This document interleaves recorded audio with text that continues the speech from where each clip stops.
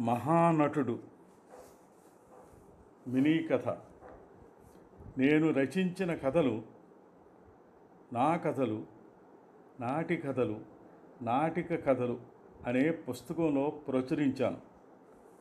ఈ కథ మహానటుడు ఆంధ్ర భూమిలో ప్రచురితమైంది.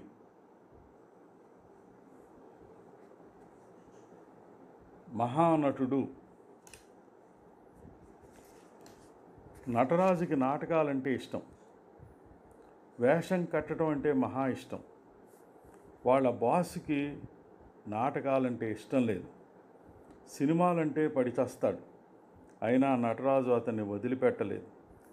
ఏదో విధంగా తన నాటాన్ని రప్పించుకునేవాడు.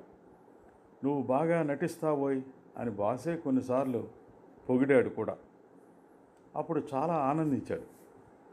ఏ సప్లయర్స్ నుంచన్నా క్యాలెండర్లు, డైరీలు వస్తే ఒక్కొక్కసారి వాళ్ళ బాస్ నటరాజుకి బహుకరించేవాడు. అతనితో ఎంతో అభిమానంగా మాట్లాడేవాడు. ఈ విషయాలు నటరాజు అందరికీ చెప్పేవాడు.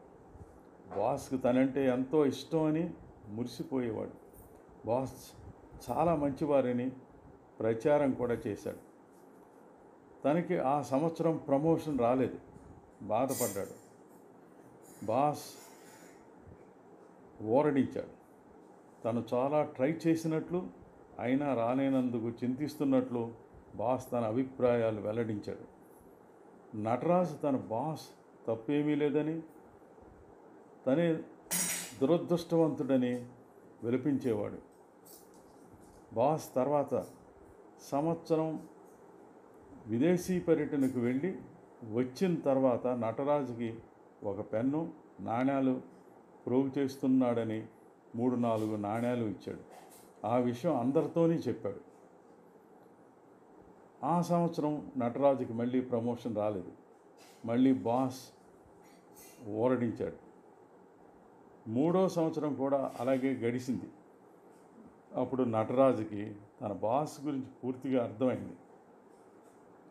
ఏ బహుమానాలు తన బాస్ నుంచి స్వీకరించకూడదనుకోలేదు.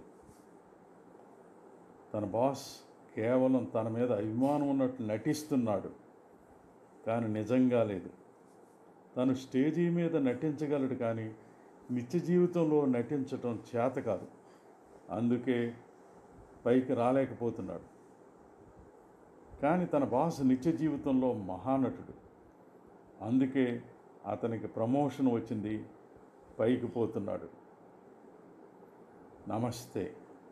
కొత్తపల్లి బంగారరాజు.